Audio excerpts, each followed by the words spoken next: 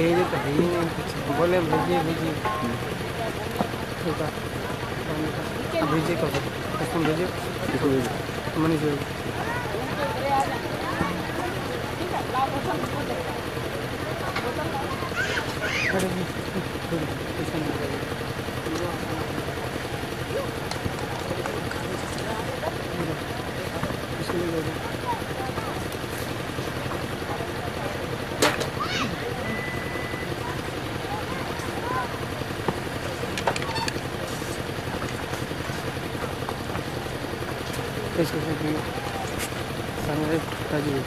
करेंगे शायद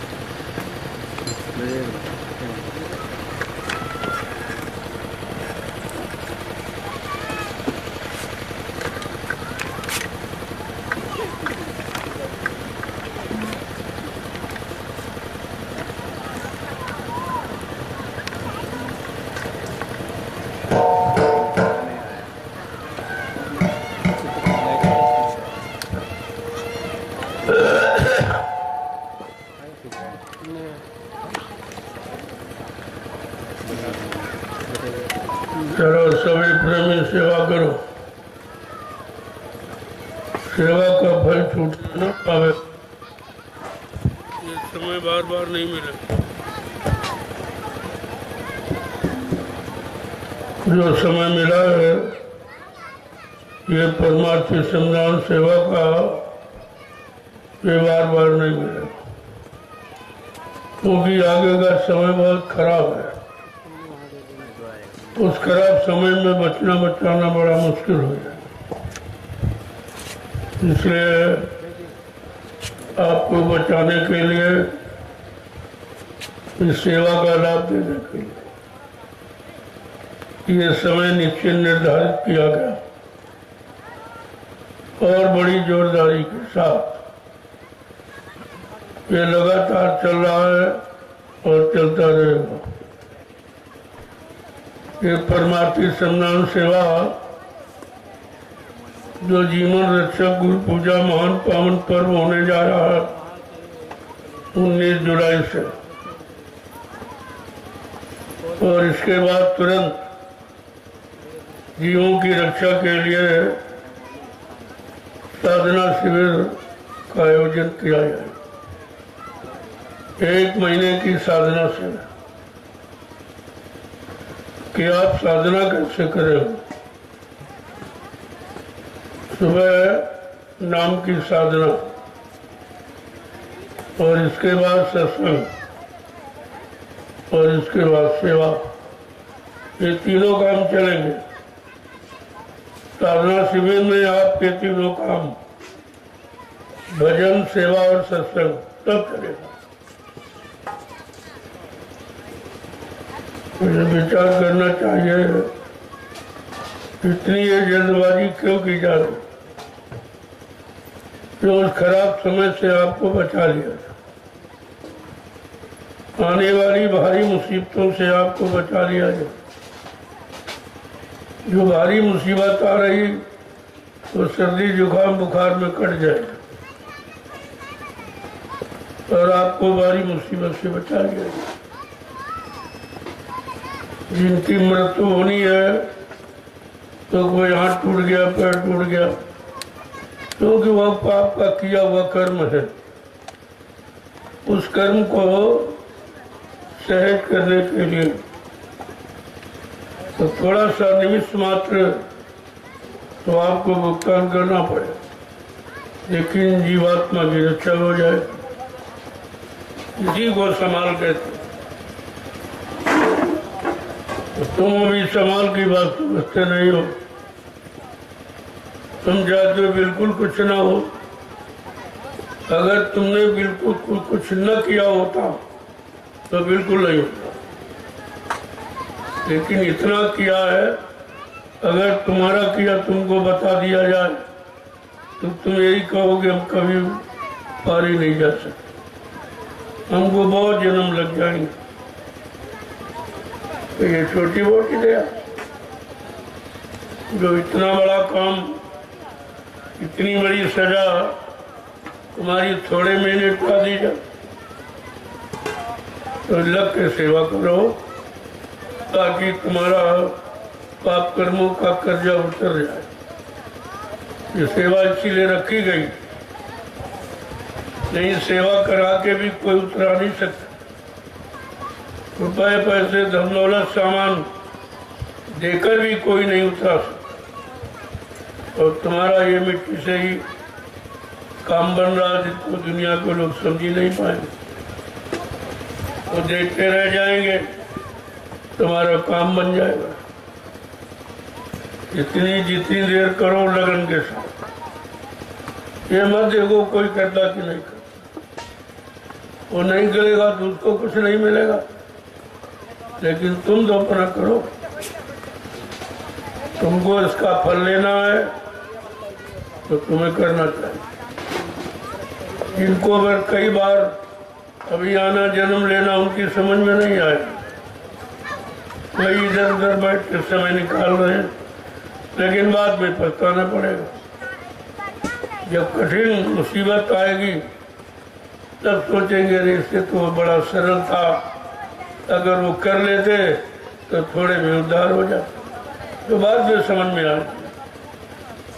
अभी आपकी समझ में नहीं आ रहा ये सब क्यों कराया, इसलिए आए हो तो सेवा। घर गृहस्थी बर्बाद, बाल बच्चों को छोड़ के आए हो तो सेवा करो, समय खराब मत करो। और नहीं करना तो घर जाओ, अपने घर के काम करो।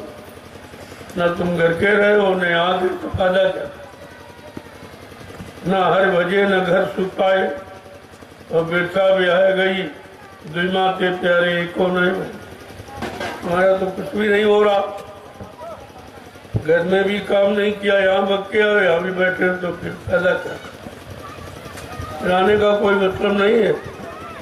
ऐसे तो आने जाने से बहुत लोग आ रहे हैं जा रहे हैं, लेकिन यहाँ लाभ सेवा करके मिलेगा, ऐसे ही मुफ्त में लाभ नहीं दिया जाता। तो जो भी आपको सेवा मिल जाए छोटी मोटी, उसी को तुम्हें समझना चाहिए कि हमारा इतना ही सौभाग्य, या मेरे भाग में इतनी ही सेवा, और क्या उसी से तुम्हारा काम हो जाए, तो जरूरी नहीं है। वो तो कर्मानुसार, जैसे जिसने कर्म किए हैं उसको उतनी सेवा करनी पड़े, और उतने से भी काम हो जाए तो बहुत बड़ी बात। और कहीं आप चले जाओ, ना तो ये सेवा कोई करा पाएगा, ना इस सेवा का लाभ कोई दे पाएगा, ना इस सेवा से कर्मों की अदायगी कोई करा सकता। ये सबके बस की बात नहीं है। तो आए हो तो समय खराब हो, जितनी देर बैठे हो उतनी देर एक दो डलिया मिट्टी डालो, तो तुम्हारी एक दो माला हो जाए। वैसे तुम्हारा मन माला में लगता नहीं, लेकिन ये जो माला का क्रम जो बदल दिया गया ये बहुत सरल, और ये भी नहीं कर सकते फिर कुछ नहीं। ऐसे जीव हुए हैरान, ऐसे जीव हमेशा हैरान परेशान रहते हैं, और हजारों जन्मों तक इन नरकों में जन्मते मरते रहते, उनका काम कभी नहीं होता। तो यहाँ आए हो तो बैठो मत, कुछ न कुछ करो, और नहीं कुछ कर सकते हो तो बैठ के भजन करो। जो रास्ता आपको मिल गया कुछ न कुछ करो, बेकार मत। सेवा करो, नहीं सेवा मिलो तो भजन करो। सत्संग वचन तो तुम्हारे बस के है नहीं, कान तो तुम्हारे सुन लेंगे, लेकिन मन स्वीकार नहीं करेगा, क्योंकि मन के मुताबिक सत्संग है नहीं। सत्संग तो जीवात्मा के लिए हो रहा, और तुम्हारा मन इच्छाओं में, ख्वाहिशों में, तमन्नाओं में फंसा हुआ, तो तुम्हारी समझ में सत्संग कैसे आए? इसीलिए जो मनमुखी हैं, मन के अनुसार चलने वाले, मन का आदेश मानने वाले, उनकी समझ में सत्संग बिल्कुल नहीं आए। सुनते हुए भी वो समझ कुछ नहीं पाएंगे। जब समझ नहीं पाएंगे तो कर नहीं पाएंगे, कर नहीं पाएंगे तो उसका लाभ नहीं प्राप्त कर पाएंगे। इसलिए जीवों के लिए ये सरल करके रखा गया। इससे सरल कुछ नहीं। जब तक बैठे हो तब तक 10 डलिया मिट्टी डालो तो 10 माला तो कम से कम हो जाएगी। वैसे कहा जाए 10 माला आप नहीं कर सकते, तुम्हारा मन ही नहीं लगेगा, कहीं सो जाओगे, कहीं मन भाग जाएगा, माला नहीं करने देगा।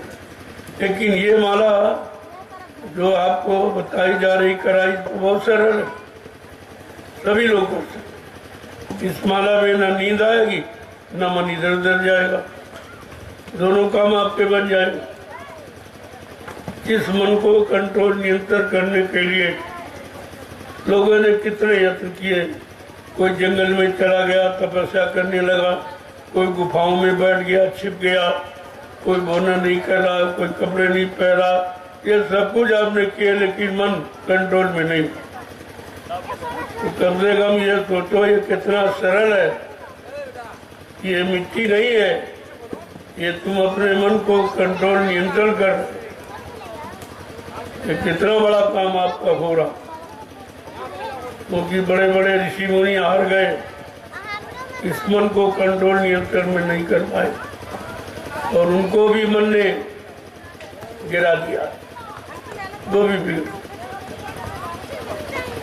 तो मन को ठीक करने की आदत बनाओ, मन को बिगाड़ने की आदत को करो, ठीक करने। और मन ठीक इससे होगा नहीं। जो तुमने आज तक पूजा है, पाठ है, तीर्थ है, व्रत है, हवन है, जब कभी यह गंगा स्नान किया, क्या इससे किसी का मन ठीक हुआ? मन शांत हुआ, मन भोगों से अलग हुआ, मन से काम, क्रोध, लोभ, मोह, अहंकार ये हटे मत, सबने और घेर लिया। ये पूजा पाठ मन के कंट्रोल, नियंत्रण नहीं कर पाई तो जीवात्मा का काम क्या करी? यही तो विचार करना चाहिए। लेकिन ये विचारने विषय किसी का है नहीं, किसी ने कभी ऐसा विचार किया ही नहीं कि हमें क्या करना चाहिए, क्या नहीं करना चाहिए, कौन सा काम करने से हमारा मन कंट्रोल, नियंत्रण में होगा और कौन सा काम करने से नहीं होगा। और तुमने किया फिर भी नहीं समझा कि कितना पूजा पाठ, तीर्थ व्रत, दान, हवन, जब तक गंगा स्नान किया, श्रम, समय, पूंजी और जीवन सब आपने नष्ट कर दिया, लेकिन मन कंट्रोल में नहीं। तो फिर इस पूजा का मतलब क्या हुआ? इस पूजा का लाभ क्या हुआ? क्या इस पर कभी आप विचार करते हैं? हाँ? क्योंकि इसके बारे में किसी ने आपको बताया, वो जानकार मिले नहीं जो जीवात्मा के बारे में तुम्हें जानकारी देते और तुम्हारी जीवात्मा का काम करा देते। ऐसे तो आपको मिले नहीं। वो है संत महात्मा जो जीवात्मा के बारे में जानते हैं, लेकिन ऋषि मुनि, योगी, ब्रह्मचारी, अवतारी, सत्या, ज्ञानी, ध्यानी ये आत्मा के बारे में कुछ नहीं, और ना इन्होंने अपनी आत्मा का कल्याण कर पाया। जैसे तुम हो वैसे ही है, और तुम इन्हीं की पूजा करते रहे, और पूजा कर जितनी की उसने तो दिया नहीं। आपको मिले नहीं तो देते कौन? तुमने अपने मन से, हट से जो पूजा की है, बाकी मिला नहीं कोई, न कोई देवी, न देवता, न भगवान, न खुदा, कोई नहीं मिला। तो फिर पूजा का मतलब क्या? पूजा से केवल शरीर, इंद्रियों के भोग मिलते हैं, जो रोग का कारण है। और भजन से भगवान मिलता, परमात्मा मिलता, प्रभु मिलता। तो आपको निर्णय लेना चाहिए कि हमें प्रभु परमात्मा से मिलना या संसार के भोगों से मिलना। कि जब निर्णय लोगे तभी तो कुछ समझ में आएगा। तो सत्संग में भौतिक आध्यात्मिक दोनों चर्चा आपके सामने रखी जाए और कहा जाता भाई जिसको चाहो उसको ले लो, चाहे दोनों कर लो चाहे एक कर लो। जब करोगे तो अनुभव हो जाएगा। लेकिन इतने दिन आप भौतिक जगत के साधनों में फंसे रहे, करते रहे, तो आपको मिला क्या? ये कभी आपने विचार नहीं किया कि मिला तो कुछ नहीं। जो जीवन मिला था वो जीवन इसी में बर्बाद हो गया, इन्हीं भोगों में चला गया, मिला कुछ नहीं। तो जीवन तो अमूल्य है, जीवन की कोई कीमत यहाँ नहीं है और उसको आपने ऐसे ही बर्बाद कर दिया धोखे में। यही चीज आपको समझनी चाहिए। जब तक समझोगे नहीं तब तक आपकी समझ में नहीं आएगा हमें करना क्या। क्योंकि हर युग की साधना अलग है, सतयुग की अलग है, त्रेता की अलग है, द्वापर की अलग और कलयुग की सबसे अलग। कलयुग की साधना के लिए रामचरितमानस का उत्तरकांड पढ़िए तो आपको जानकारी मिल जाएगी कि हम कलयुग के जीवों को क्या करना चाहिए, कौन सी पूजा करनी चाहिए। गोस्वामी महाराज ने क्या लिखा? यही कलिकाल न साधन दूजा, मन क्रम वचन गुरु पत्न।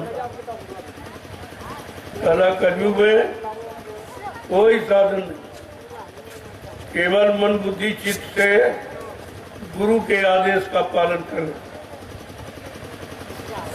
कलयुग जोग यज्ञ नहीं जाना कि कलयुग में योग है, जप है, तप है, हवन है और व्रत है, यज्ञ इनका कोई लाभ नहीं। क्योंकि ये क्रियाएं सतयुग त्रेता द्वापर के लोगों के लिए, जिनके मन की मतलब यानी शरीर की उम्र 1 लाख वर्ष, सतयुग में यही शरीर जो आपकी है, और त्रेता में 10,000 वर्ष और द्वापर में 1,000 वर्ष की, और अब कलयुग है तो 100 वर्ष की रहेगी।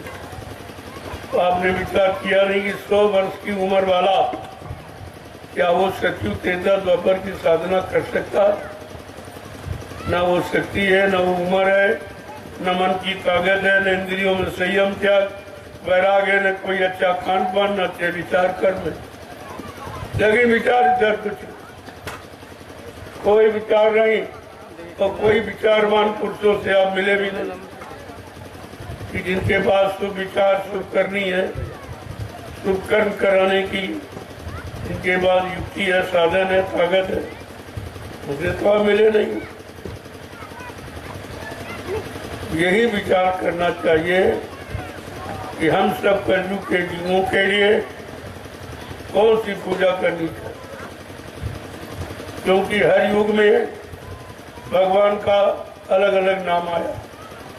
जब सतयुग था धरती पर तब हरि नाम आया, वो योगियों ने जगाया था। जब इसी धरती पर त्रेता आया तो ऋषि मुनियों ने राम नाम जगाया। इस धरती पर जब द्वापर आया तो गुरु नाम जगा, कृष्ण नाम जगाया गया। अब इस धरती पर कलयुग है तो आपको विचार करना चाहिए कि भाई हमारा कलयुग में भगवान का कौन सा नाम।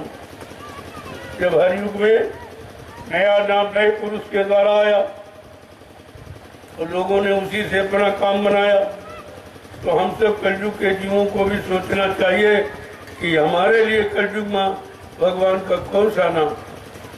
किसी ने आपको आज तक नहीं बताया होगा, लेकिन गोस्वामी महाराज ने, क्योंकि वो कलयुग में आए, कलयुग के संत थे, उन्होंने रास्ता रामचरितमानस को खोला,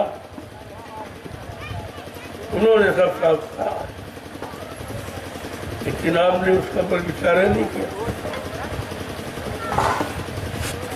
उन्होंने साफ साफ कहा कि गुरु बिन भवनी तरह न कोई, जो विरंच शंकर समोई। कि ब्रह्मा विष्णु महादेव के समान कोई धनवान बलवान बुद्धिमान कीर्तिमान यशमान क्यों न बन जाए, लेकिन भवसागर पार करने के लिए कलयुग में गुरु उन्हें गुरु नाम की महिमा की, और तुमने गुरु नाम को अभी तक समझा ही नहीं। एक तो किसी ने बताया नहीं, और जब बताया जा रहा तो तुम्हारी समझ में नहीं आ रहा। संत महात्मा किसी का विरोध नहीं करते,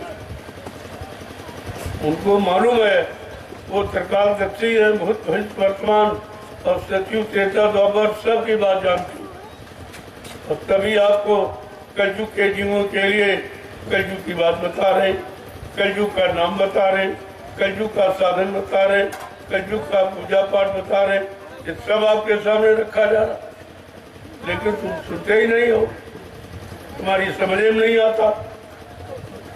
कहने का मतलब ये है, ये हठ धार्मिकता ये काम नहीं है। हठ ही मत बनो, समय की चीज को समय से ले लो ताकि तुम्हारा भी काम बन जाए। नहीं ये मानव जीवन का समय चला जाएगा, फिर आपको मिलेगा नहीं। जो तुम सोचते होगे कि अब की बार मिल गया फिर मिल जाएगा, तो गोस्वामी महाराज ने स्पष्ट कह दिया, स्पष्ट रूप से कह दिया, ये बार बार नहीं मिलता। सबहु करी करुणा नरदेही और देत ईस बिन हेतु सनेही। कभी कभी करुणा निधान कृपा दया मेहरबानी करके ये मानो अनमोल मंदिर हमें आपको दे देता है कि जाओ अब की बार किसी संत महात्मा से मिल करके अपने जीवात्मा के घर का रास्ता पूछ लेना, उनके पास रास्ता, क्योंकि जहाँ से संत आते वहीं से आपकी जीवात्मा आई। उनको ये पूरा भेदभाव, वो मिल जाएंगे, रास्ता मिल जाएगा, आप घर पहुंच जाएंगे, तो हमेशा का रोना धोना और जन्मना मरना ये सब आपको खत्म हो जाएगा। लेकिन बात समझोगे तब, जले से काम नहीं बनेगा।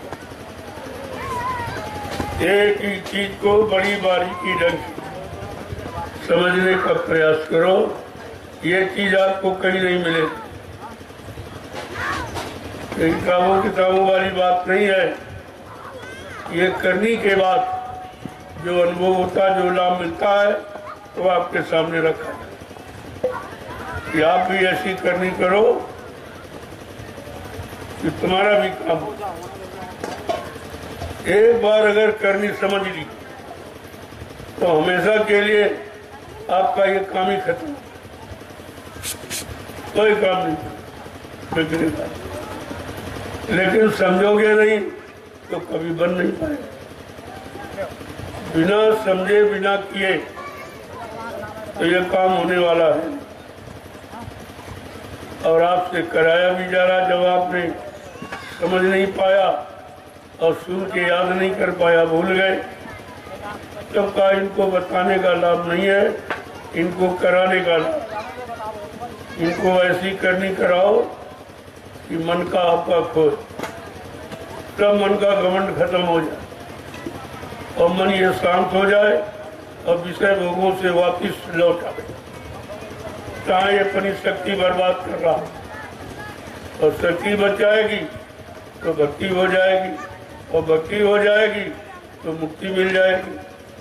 ऐसे मुक्ति नहीं मिलती गाने बजाने से, मुक्ति का विषय तो भक्ति से,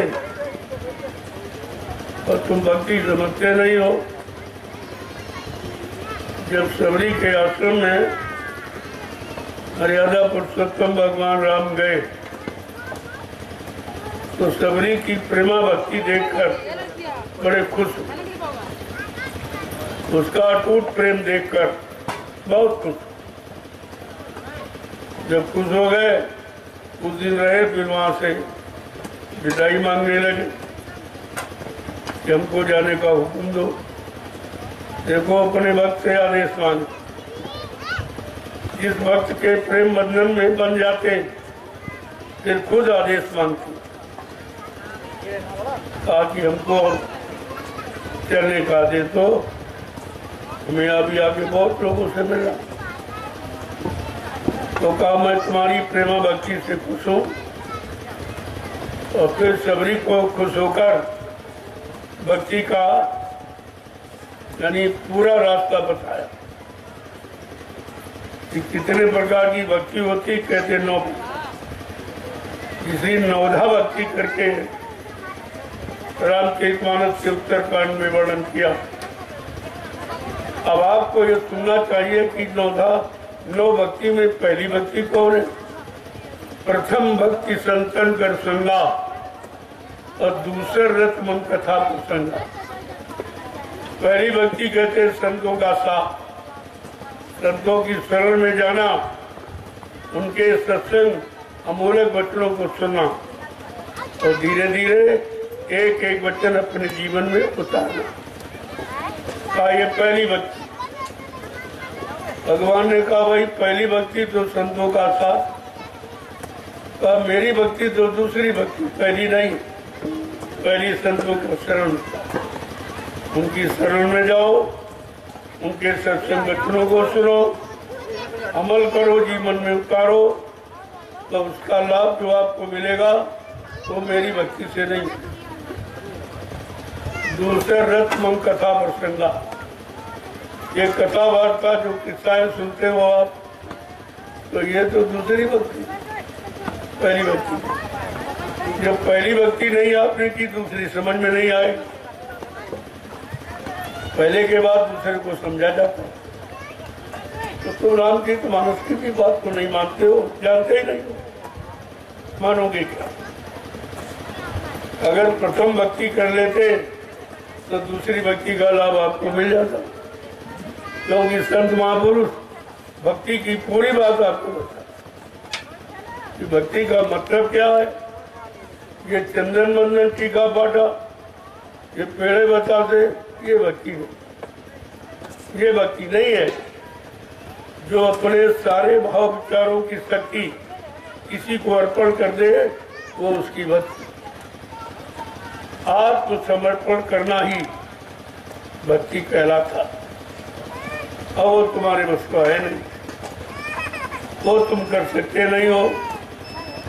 आत्मसमर्पण बहुत कठिन है, लेकिन जब सत्संग में जाओगे, धीरे धीरे सत्संग वचनों का असर तुम्हारे पर पड़ेगा, तुम्हारे कानों में संत महापुरुषों के वचन प्रवेश करेंगे, तो गंदगी कानों की खत्म।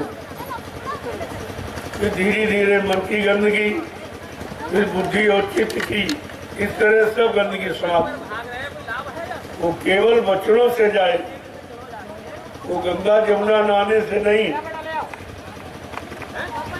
ये पानी वानी से गंदगी कर्मों की नहीं जाती।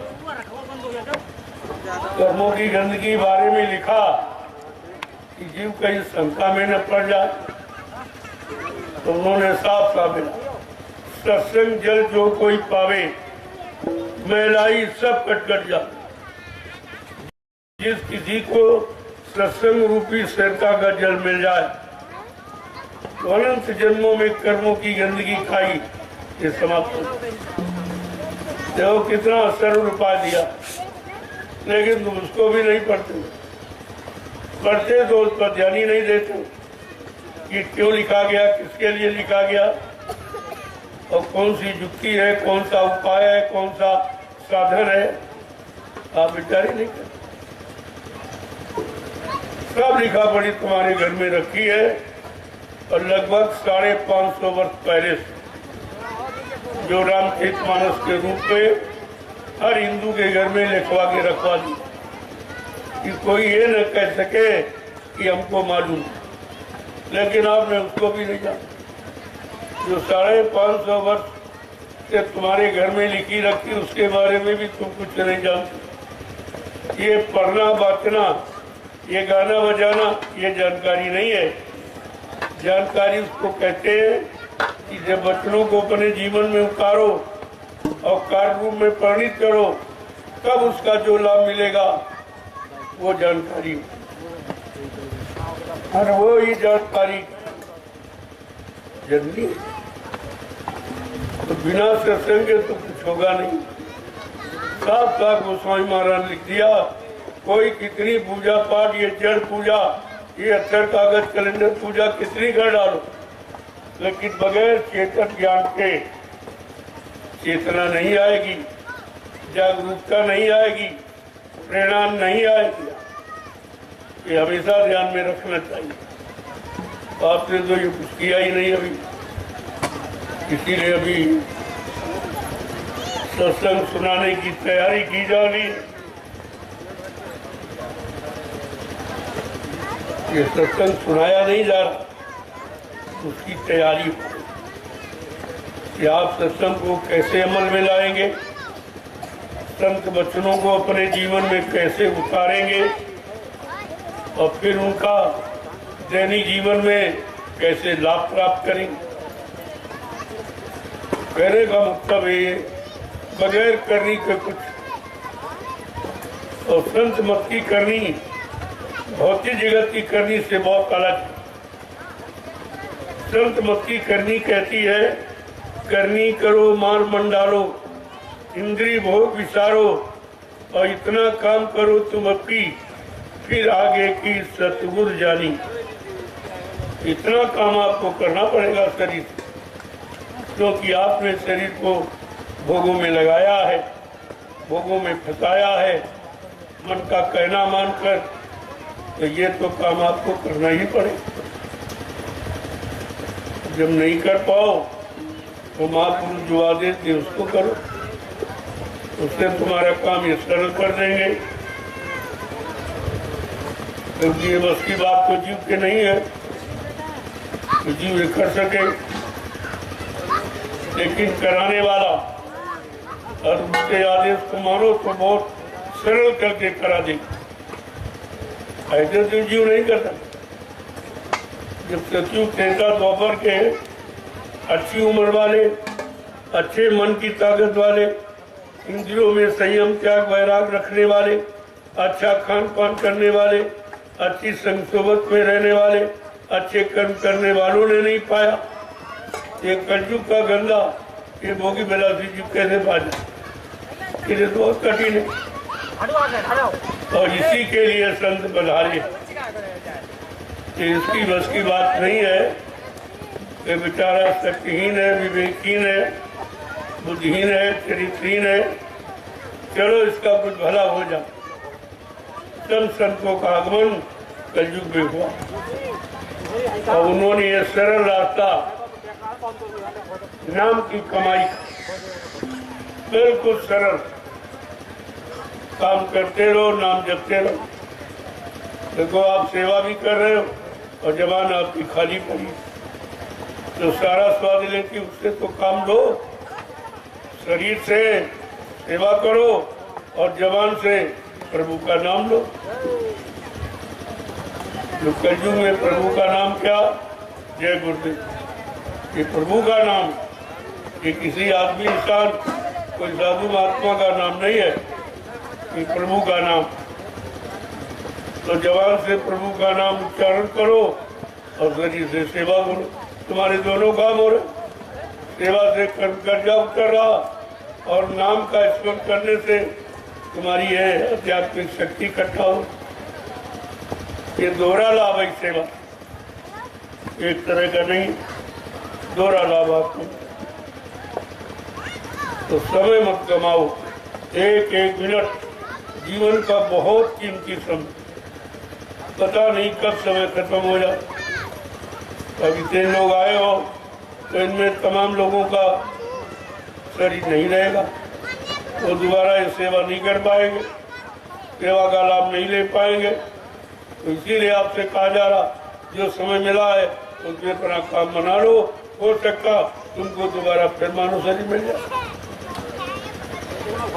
इससे मिल सकता हो किसी क्रिया से, सेवा से मिल सकता। अगर सेवा की लगन तुम्हारी कुछ बच गई और वर्षों की पूंजी खत्म हो गई तो दोबारा आपको जन्म दे दिया जाएगा कि जाओ की बार किसी अच्छे सत्संगी शाकाहारी परिवार में तुम्हारा जन्म हो जाएगा और तुम बचपन से ही साधना में लग जाओ। ऐसे भी काम हो।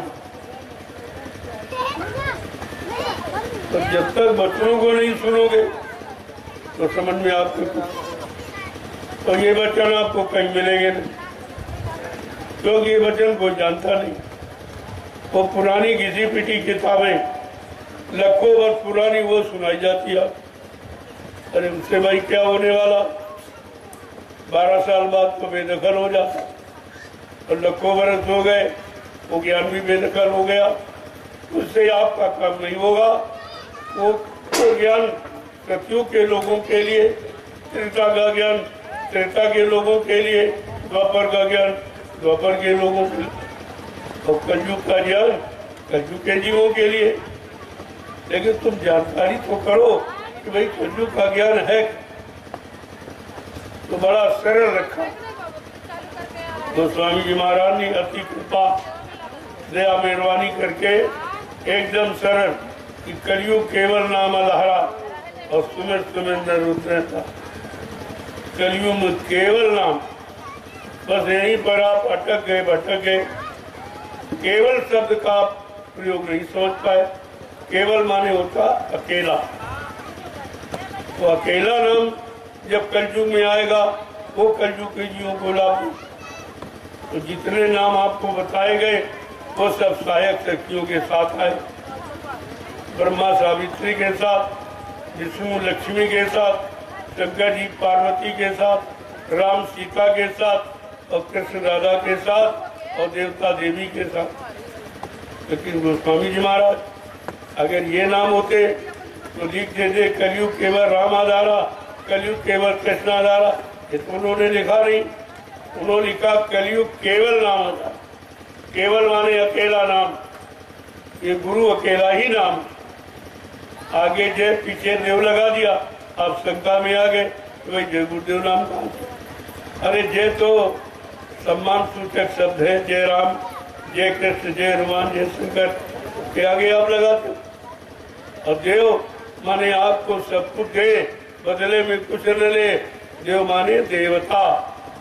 ऐसा देवता कौन है जो आपसे कुछ नहीं लेता, आपको सब कुछ देता? कि आज तक समझ पाए हो? तुम्हारे यहाँ सब देवता देवता ही नहीं। सब लेने वाले किसी को पेड़े चढ़ा रहे हो, किसी को बतासे चढ़ा रहे हो, किसी को दूध चढ़ा रहे हो, किसी को फल चढ़ा रहे हो। ये तो लेने वाला देवता और देने वाला देवता। तो दिया तो तुम देवता, वो देवता। इस बात को अभी तक लोग नहीं समझ पाए। अब भी वही इतना लिखने के बाद, सब जाने के बाद भी रामचरितमानस को फिर भी जीवों की जड़ता नहीं गई, अज्ञानता नहीं गई। बहुत दिनों से बेचारे फंसे पड़े, 3 युगों से कैसे निकले।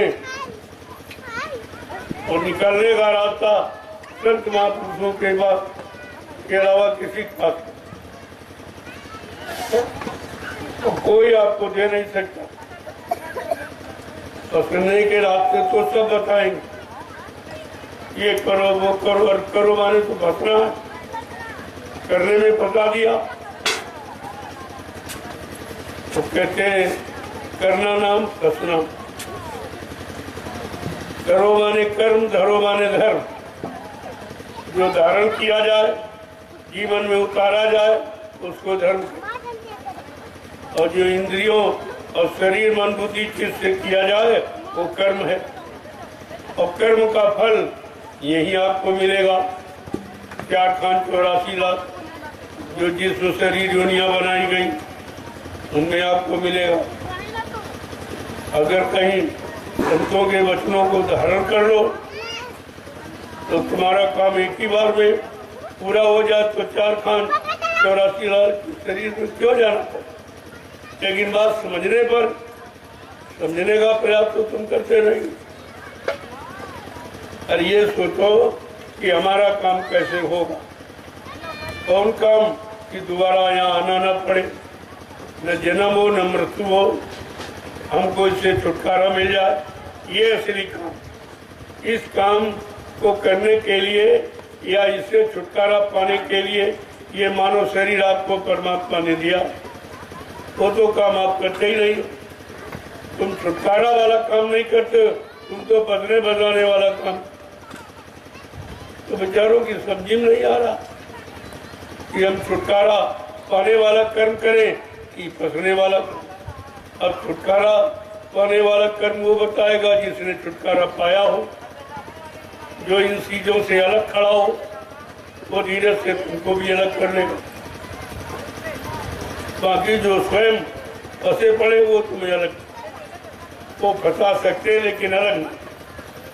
और आपको अलग होना है, आपको यहाँ दोबारा आना नहीं है काल माया के देश में। यहाँ जन्म और मृत्यु के चक्कर में आना नहीं है, यहाँ तकलीफ मुसीबत बीमारियों में फंसना नहीं है, यहाँ लड़ाई झगड़ों में पड़ना नहीं है, यहाँ गंदे खान पान करके फिर नर की योनियों में जाना नहीं है। ये सब विचार आपके अंदर होना चाहिए और ये विचार तुम करते नहीं हो, और ना ऐसा कोई विचारवान व्यक्ति आपको मिला जो तुम्हारे विचारों में यानी स्वच्छता, पवित्रता और निर्मलता ला कर देता। तो आपको ये सोचना चाहिए कि आखिरकार मानव जीवन मिला जब उसके पास 83,99,999 शरीर और हैं मनुष्य शरीर को छोड़कर, तो फिर उनमें क्यों हमको नहीं जन्म दिया, ये मनुष्य शरीर में क्यों दिया? का ये अंतिम योनि है, ये 83,99,999 शरीरों से मुक्ति पाने वाली ये शरीर है मनुष्य। और तुम वही कर्म करते हो तो फिर उन्हें 83,99,999 शरीरों में बार बार जन्म होने, वही कर्म करते हो। उन्हीं शरीरों में जाने वाले, पैदा होने वाले, जन्म लेने वाले आप कर्म करते हो। आप निकलने वाला कर्म जानते ही नहीं, क्यों जिनके बाद गए वो खुद ही नहीं निकले, वो खुद ही नहीं मतलब यानी फंसे पड़े तो तुम्हें कैसे निकालेंगे। इसीलिए गोस्वामी महाराज ने कहा अगर ये सब जानना चाहते हो और बुद्धि में विवेक ज्ञान लाना चाहते हो तो क्या करो, बिन सत्संग विवेक न होई। बिना सत्संग, बिना संतों के वचनों के, उन वचनों का साथ किए, उन वचनों को जीवन में लागू किए, आपके बुद्धि में सच्चा विवेक ज्ञान नहीं आया। अरे इसी पढ़ लेते तभी आप जान जाते, ये तो तुम्हारे घर में निगाह बड़ी रखी। बिन सत्संग विवेक न राम कृपा बन सुलभ न सोई, और सठ सुधरई सत्संगत पाई। और जबरदस्ती किया, सठ माने अज्ञानता। ये अज्ञानता भूर ब्रह्म संदेह कैसे जाएगा? बिना संतों के सत्संग के ये तुम्हारा भ्रम दूर कोई नहीं कर सकता। ये सब जानकारी आपको लेनी, लेकिन तुम तो सुनते ही नहीं महात्माओं की बात। संतों महात्माओं के पास जाना पसंद नहीं करते हो, उनके बच्चों को सुनना पसंद नहीं करते हो, उनसे मिलना जुलना ये तुम्हारा हो ही नहीं पाता। अभी तो कितना समय निकल गया जीवों के फल गए, कलयुग के भी 5,500 वर्ष निकल गए और संतों को आए लगभग 750 वर्ष पूरे होने जाए। लेकिन इस 750 वर्षों में कितने लोग जागे, कितने लोगों ने अपना मानव जीवन सार्थक बना पाया, कितने लोगों ने संतों की शरण पकड़ी और अपनी विचारधारा सत्य में परिवर्तित कर दी। ये सोचना चाहिए, लेकिन सोचोगे तब कुविचार पहले ही प्रवेश कर गया तो सुविचार कैसे आए? जब तुम्हारा खान पान पहले बिगड़ गया तो विचार शुद्ध कैसे आएंगे? विचार शुद्ध नहीं आएंगे तो कर्म शुद्ध कैसे करोगे? और कर्म अच्छे नहीं करोगे तो अच्छा फल नहीं मिलेगा। ये बिगाड़ तो आपने किया है। अब एक सुधरने का मौका दिया जा रहा तो तुम्हारी समझ में नहीं आ रहा। एक सूरदास जी थे, उनके एक लंबे दालन में उनको बंद कर दिया। बहुत बड़ा हाल था, उसमें उनको बंद कर दिया। दिन में सब लोग बैठे रहे तो सूरदास जी चुपचाप उनकी बात सुनते रहे। समय कट गया, और शाम को सब लोग घर चले गए। अब तुलसीदास जी अकेले रह गए। तो उन्होंने सोचा जब इतना बड़ा हाल है, मकान है, तो दरवाजा जरूर होगा। तो दरवाजे की तलाश में वो दीवार को पकड़ के धीरे धीरे दरवाजे की तलाश करने, लेकिन जब दरवाजे के पास पहुंचे तो सिर में खुजली आ गई। अब खुजलाने लगे, चलना बंद नहीं किया तो दरवाजा निकल गया। जितनी बार दरवाजे के पास उतनी बार खुजली लग गई तो दरवाजा छूट गया। कहने का मतलब समझते हो, ये मुक्ति द्वार है, ये मानव शरीर मुक्ति द्वार दरवाजा। और तुम्हारे अंदर विषयों भोगों की खुजली लग गई तो दरवाजा छूट गया। यही करते करते इतने जन्म तुम्हारे निकल गए, लेकिन जब खुजली खत्म हो तो दरवाजे की पकड़ो। खुजली है भोगों की, जिसने तुम्हारे असली दरवाजे से तुमको अलग कर दिया। यही बात को समझनी है। अब भोगों की खुजली खत्म करने वाला तो कोई आपको मिला नहीं। इनके पास गए, वो खुद ही भोगी हैं, वो भोग की इच्छा रखते हैं, ये सामान मिल जाए, राजपाट मिल जाए, धन दौलत मिल जाए, पत्नी बाल बच्चे मिल जाए, ये सब खुजली ही है और इसी के इच्छा में लगे पड़े। तो जो खुद ही बेचारे खुजली में खुजला के फंस गए तो वो तुमको कैसे निकालेंगे? ये सब विचारणीय विषय है। जब तक ऐसा शुद्ध विचार तुम्हारे मन मस्तिष्क में नहीं आएगा, आप इस जीवन का असली लाभ नहीं पा सकते, असली लाभ नहीं मिलेगा। इसलिए महात्माओं ने कहा, अरे भाई बड़े भाग मानुष कर पावा सुर दुर्लभ। कहा इतना बड़ा भागशाली के देवताओं को दुर्लभ है। देवता भी चाहते एक बार मानव शरीर में जाए, क्यों? ऐसा क्यों लिखा? कहा कि किसी लोक से कोई भी सीधे जीवात्मा घर नहीं जा सकता, चाहे ब्रह्मा जी हो, चाहे विष्णु हो, चाहे शंकर। वो अपने लोक से सीधे अपनी जीवात्मा को मालिक के पास नहीं पहुंचा सकते। अगर जीवात्मा को परमात्मा से मिलाना है तो उनको मृत्यु लोक में मानव जन्म लेना पड़ेगा और मानव जन्म के जानकार संत महापुरुषों की तलाश करनी पड़ेगी और उनसे जीवात्मा के घर का रास्ता, जिसे नाम आधार कहते हैं, वो लेना। ये नाम रास्ता, नाम का रास्ता मिल जाएगा तो जीवात्मा निकल जाएगी। नाम जोड़ शब्द को पकड़कर जैसे उतरी है वैसे चलती चली जाए। तो जब ये नहीं गए तुम कैसे चले? इसलिए महापुरुषों ने स्पष्ट करके कहा कि ब्रह्मा जी ब्रह्मलोक का सुख आनंद उठा रहे, लेकिन उनकी जीवात्मा जगी नगर पहुंची। भगवान विष्णु विष्णुलोक का सुख आनंद उठा रहे, उनकी जीवात्मा जगी नगर पहुंची। भगवान शंकर शिवलोक का सुख आनंद उठा रहे, उनकी जीवात्मा जगी नगर पहुंची। भगवान राम साकेत लोक का सुख आनंद उठा रहे, उनकी जीवात्मा जगी नगर पहुंची। भगवान कृष्ण गोलोक का सुख आनंद उठा रहे, उनकी भी जीवात्मा जगी नगर पहुंची। और देवी देवता देवलोक का सुख आनंद उठा रहे, उनकी जीवात्मा जगी नगर। देखो कितना अहम प्रश्न है। जब इनकी नहीं जुगी तुम इन्हीं के सहारे बैठो।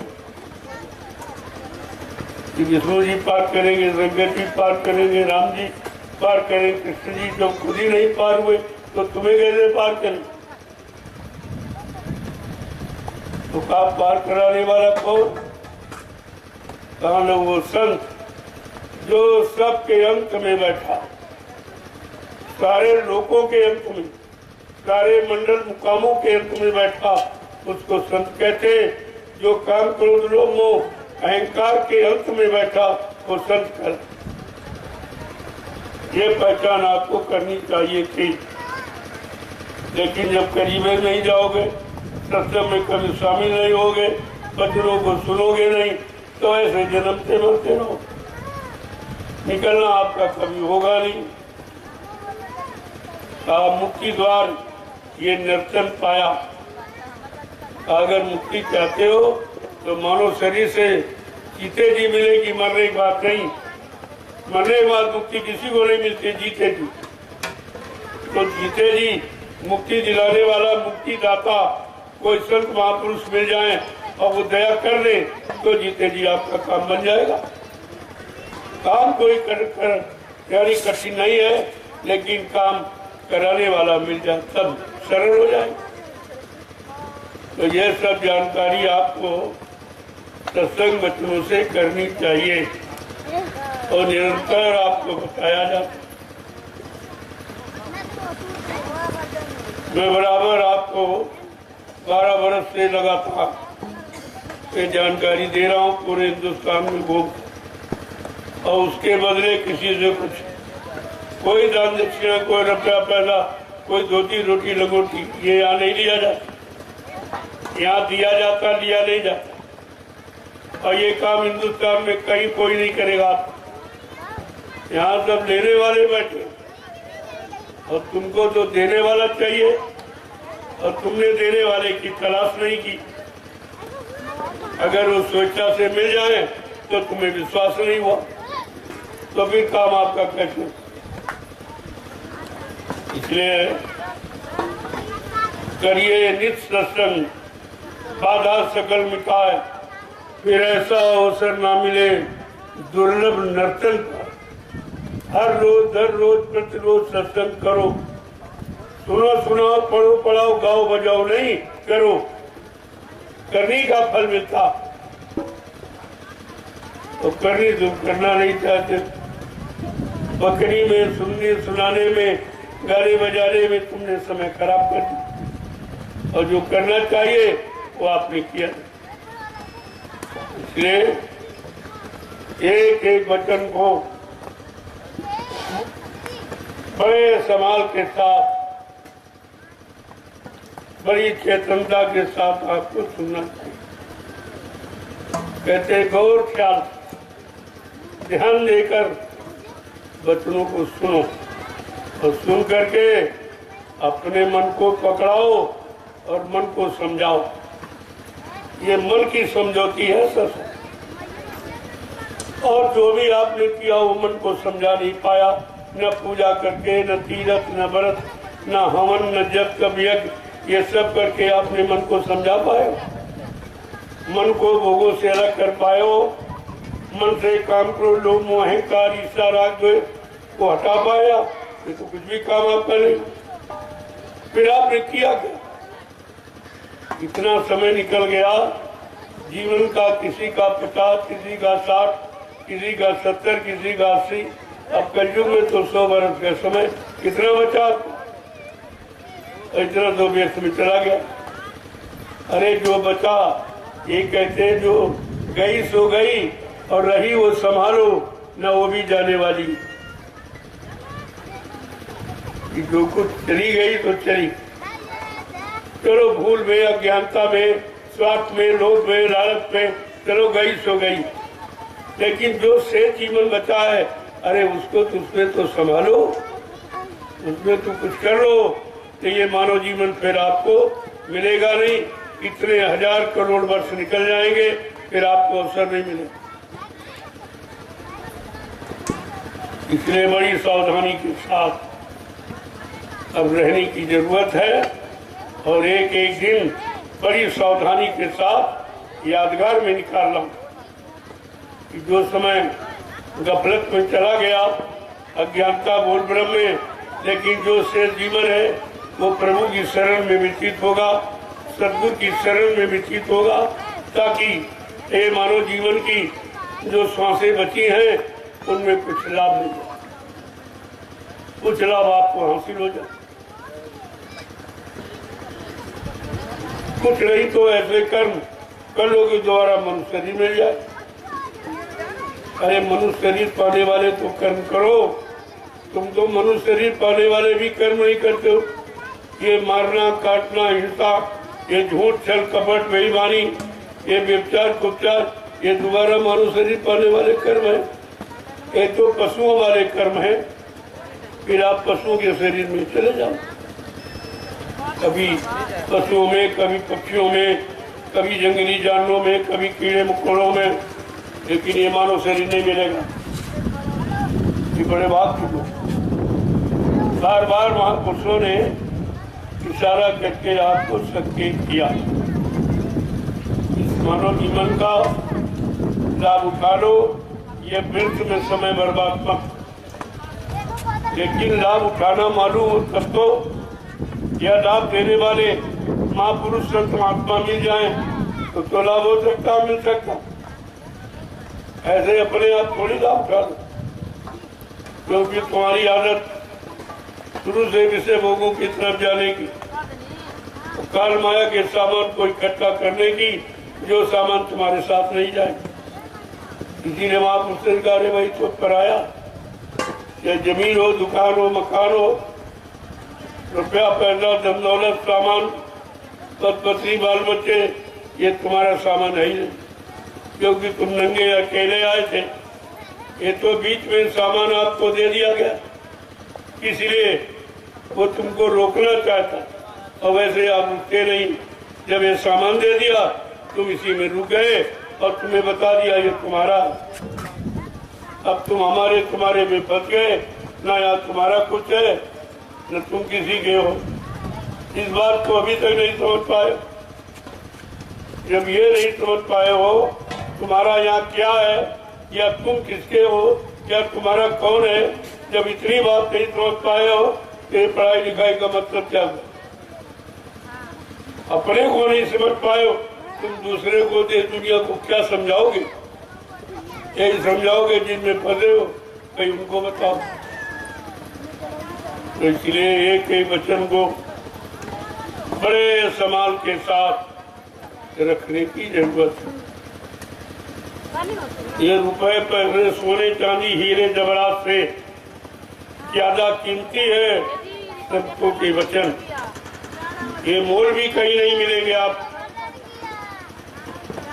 तो इसलिए बड़े श्रद्धा, सेवा भाव से, प्रेम से सत्संग वचनों को सुनना चाहिए और धीरे धीरे करके अपने मन को पकड़ना और मन को ठीक करना, मन को शुद्ध करना, मन का चिंतन ठीक करना, इसे भोगों से हटाना, काम क्रोध लोभ मोह अहंकार से इसको अलग करना, ये काम। इस काम के लिए मानव शरीर मिला। तो कितने लोग ये काम कर रहे हैं या कितने लोगों ने अपने आप को समझ पाया? ये सब करने की जरूरत। करोगे तब कुल लाभ मिलेगा। ये उन्हें सुनाने से नहीं, ये सुनाया इसलिए जा कि करो, ये नहीं कि सुनो फिर तुम सुनाने लगो। तो यहाँ यही हो रहा, एक ने किताब पढ़ी, दूसरा उनको सुनाने लगा, तीसरा आगे सुनाने लगा, चौथा सब कहा सुनी सुनी हो गई। करना कराना कोई नहीं बताता, सब कहा सुनी। और कहा सुनी माने झगड़ा होता। ये झगड़े का विषय तो आपने तैयार। सही अच्छी सच्ची बात बताओ तो उनकी समझ में नहीं आता, और समय निकल जाएगा फिर ये वचन आपको मिलेंगे। आपके ये जंगल में आपको मिले, फिर आपको आगे ये बस्ती मिलेगी। 400 किलोमीटर तुम दौड़ के जाओगे इन्हीं वचनों के लिए, तो महात्मा आगे निकल जाएंगे। फिर दौड़ोगे फिर आगे निकल जाएंगे। इन वचनों के लिए तरसोगे नहीं, तरसोगे ये वचन आपको नहीं मिले। आज समय है तो जानकारी आपको दी जाए, और जंगल में दी जा रही, क्योंकि जंगल में भी जीव जंतु, जब बस्ती के लोगों ने सुनना पसंद नहीं किया, गांव शहरों के लोगों ने सुनना नहीं पसंद किया, तो जंगलों को, जंगल में ये पेड़ पौधे, इनमें भी जीवात्मा, और ये सब पाक साफ निर्मल पवित्र। ये कोई बुरा काम नहीं करते, कोई निंदा चुगली नहीं करते, कोई चोरी डकैती कत्ल बलात्कार नहीं करते। ये बिल्कुल पाक साफ निर्मल है। इन पेड़ों को सुनाया जाए। वायुमंडल में इतने जीव हैं, इतने बारीक, माइक्रोस्कोप से देखो आप तो करोड़ों जीवन जा बिछा, उनमें भी जीवात्मा है। वो समय के कलयुग के नाम को वो भी सुनने के अधिकारी, मैं उनको सुना रहा हूँ। न तुम सुनो, नहीं तुम सुनोगे, सुनने वाले बहुत, मैं उनको सुना रहा हूँ। ऐसा नहीं है कि वचन कभी व्यर्थ नहीं जाते, सुनने वाले हैं, उन्हें मालूम है, और वो सुन रहे, उन्हीं को सुनाया जा रहा। और तुम अगर लाभ लेना चाहो तो ले सकते हो। तो इसलिए एक एक वचन पर ध्यान। आज यहाँ अवसर क्यों दिया जा रहा? क्या कोई आदमी आज क्षेत्र का जानता था ये जंगल में ये होगा, इस भूमि को चौरस किया जाएगा, इस काम के लिए तैयार किया जाएगा, वो काम कब होगा किसी को नहीं मालूम, और कोई कर भी नहीं पाया। इतने सरकारें आई, इस जंगल को मैदान में तब्दील नहीं कर पाई, और कितने काश्तकार अपनी जमीन को बराबर नहीं कर पाए, एक दाना उत्पन्न नहीं कर पाए। आज जमीन का भी भाग जगह है तो जंगल मैदान में परिवर्तित हो रहा, फिर भी अभी आपको मालूम नहीं है ये क्या तैयारी कहाँ की। ये सचिव की जब लोग आएंगे, कोई जगह ऐसी नहीं है जहाँ पर शांति मिले, जहाँ पर सुकून मिले, जहाँ पर कोई अच्छी चर्चा हो। सब जगह स्वार्थ लोभ लालच की चर्चाएं हो रही। अब चाहिए चर्चा निस्वार्थ, ये निस्वार्थ की चर्चा का मैदान बनाया जाए। आगे आने वाले समय में मैं एक छोटा सा नमूना आपको भी जुलाई के महीने में जो जीवन रक्षक गुरु पूजा महान पावन पर्व होने जा रहा है, 88,000 ऋषियों की तपोभूमि इस नैमिषारण, उसमें एक छोटा सा नमूना आपको पेश किया जाए कि कितने लाख लोग जंगल में आते, और धीरे धीरे जैसे जैसे जब जमीन तैयार होती जाएगी तो लोग आते जाते रहे। मैं कोई अपने लिए थोड़ी कर रहा हूँ, आने वाले लोगों। और हिंदुस्तान में कहीं ऐसी जमीन नहीं जहाँ पर 88,000 ऋषियों ने मिलकर तपस्या करके भूमि को पावन पवित्र बनाया हो। ये नैमिषारण ही, और तुम रह रहे हो, तुम कुछ नहीं जान रहे, तुम सब गंदा खान पान और गंदे कर्म करके और सब गंवा दिया तुम। जब जीवन गंवा दिया जो सबसे कीमती और तुम्हारे पास बचाई, वो आज इस भूमि का समय, इसका समय जा गया है। ये जंगल से मैदान में परिवर्तित हो रही, जहाँ एक भी आदमी आने में डरता था, मैं 20 लाख आदमी यहाँ इकट्ठा कर दूंगा। अभी गुरु पूर्णिमा में एक छोटा सा नमूना पेश करूंगा, आप उसको देखकर समझ जाइए। जैसे जैसे जमीन तैयार होती जाएगी, आने वालों की संख्या बढ़ती जाएगी, और तुम्हारे सामने करके दिखाया जाए।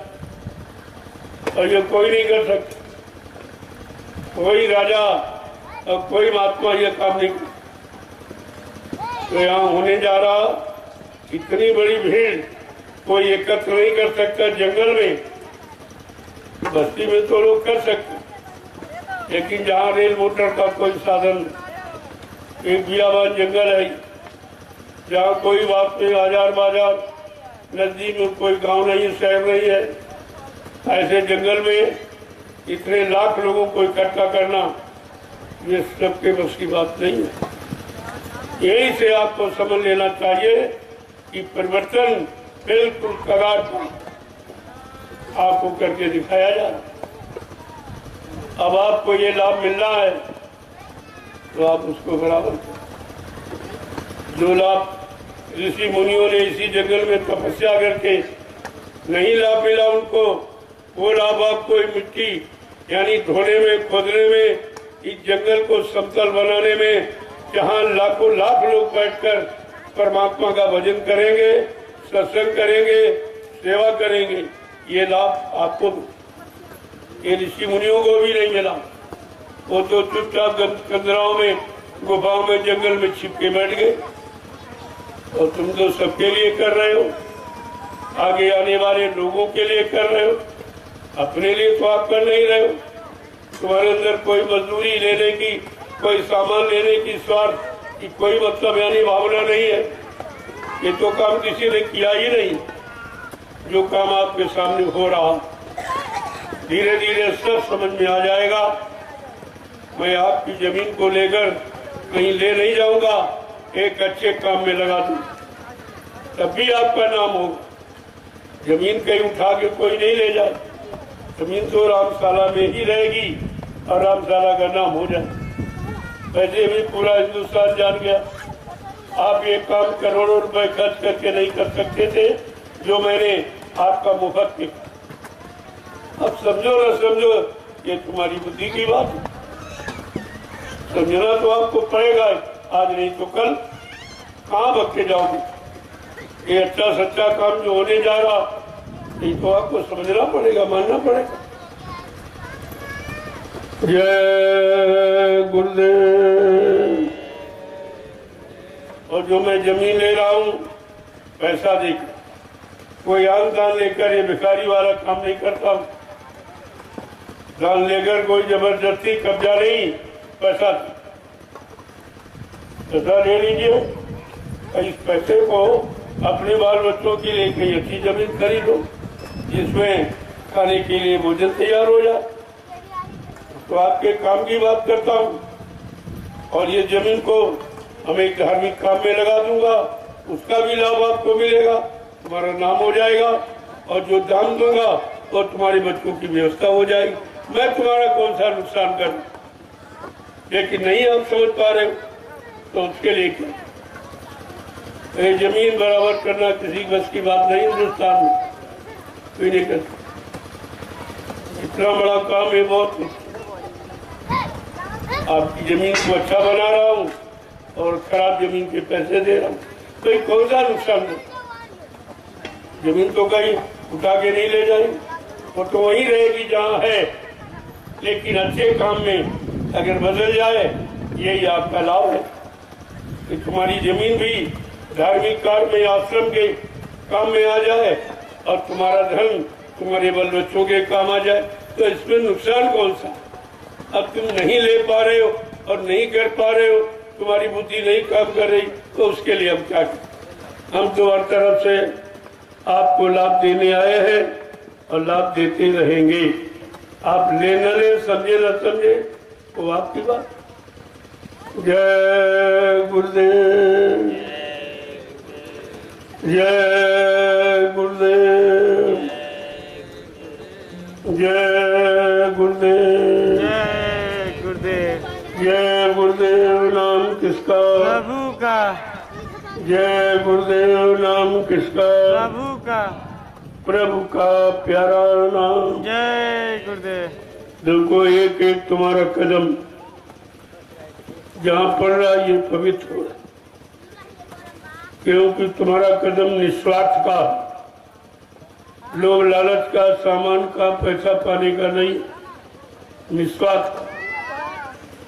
आज ये धरती भी धन्य हो रही, कैसे निस्वार्थी जीव यहाँ पर आए। पता नहीं कितने जिले प्रांतों से आए हैं, अपना किराया भाड़ा खर्च करके आए हैं, और ये निस्वार्थ इस उबड़ खाबड़ जमीन को बराबर करने आए। जो काम तुम नहीं कर पाए हो, वो तुम्हारा काम ये करना, और फिर भी तुम्हारी समझ में नहीं आ रहा किसी, तो कैसी बुद्धि तुम्हारी हो गई जो अच्छे काम को नहीं समझ पा रहे? तो इसलिए जो समय से जाग जाता है, चेत जाता अपना काम बनाने।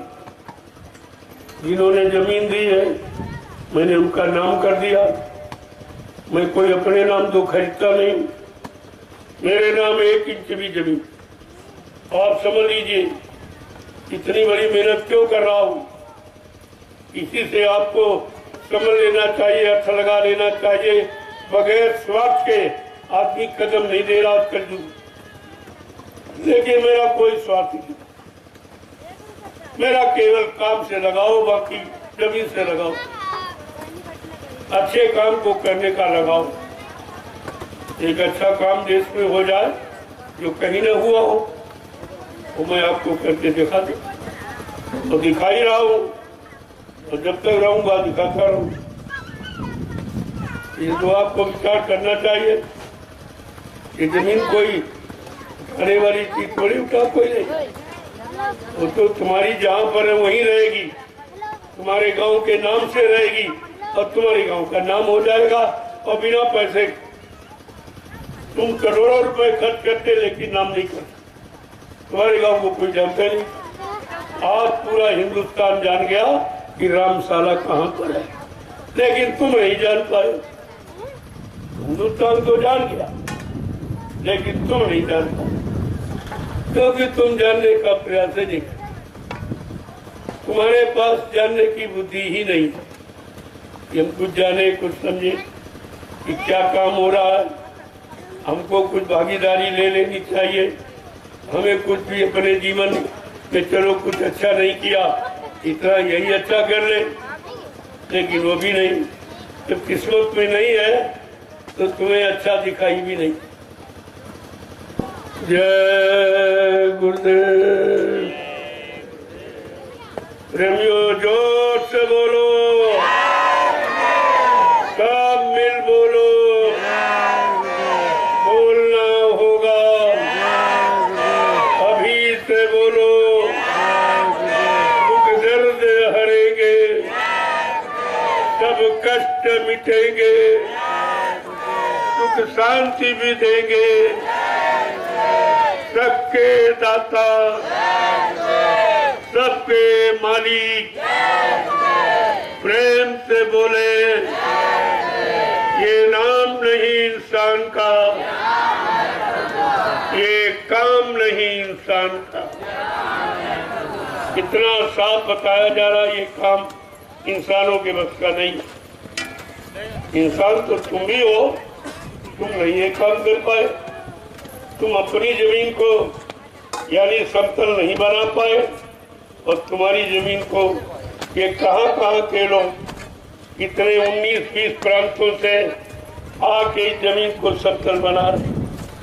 आपको तो शर्म आनी चाहिए, लेकिन इतने बेशर्म हो, तुम्हारे पास समझने का समय नहीं, यही नहीं समझ रहे क्या हो रहा है, क्यों हो रहा। सारा जंगल जो खतरे से भरा था आज बिल्कुल आजाद। ये कम है, ये सरकार भी तुम्हारी नहीं कर पाई, ये तुम्हारे राजनीतिक लोग कभी नहीं कर पाए, और गांव वाले भी कभी नहीं कर पाए। इस काम को करके दिखाया जा रहा, खाली ये कहते हैं कि भाई ये काम किसी के बस का। अरे तब भी आपको समझना चाहिए, तो बस का नहीं है तो इंसानी तो कर रहे, इनके बस का।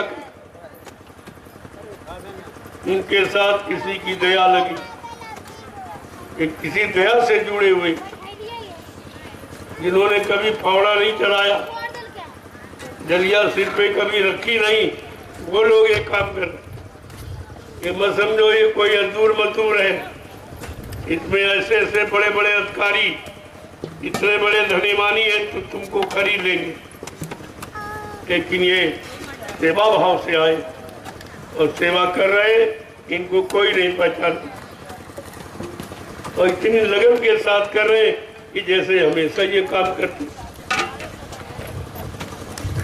ये तो आपको समझना चाहिए, देखकर तुम देखकर भी नहीं समझ पा रहे, काम तुम्हारे सामने हो रहा फिर भी तुम समझने का प्रयास नहीं करते। कैसे लोग हैं, हंसी आ गए, जिन्होंने कभी लिया मुझसे पे रखी नहीं, फाड़ा हाथ में पकड़ा नहीं, ये चलाना भी नहीं जानते, और देख लीजिए आप कैसे काम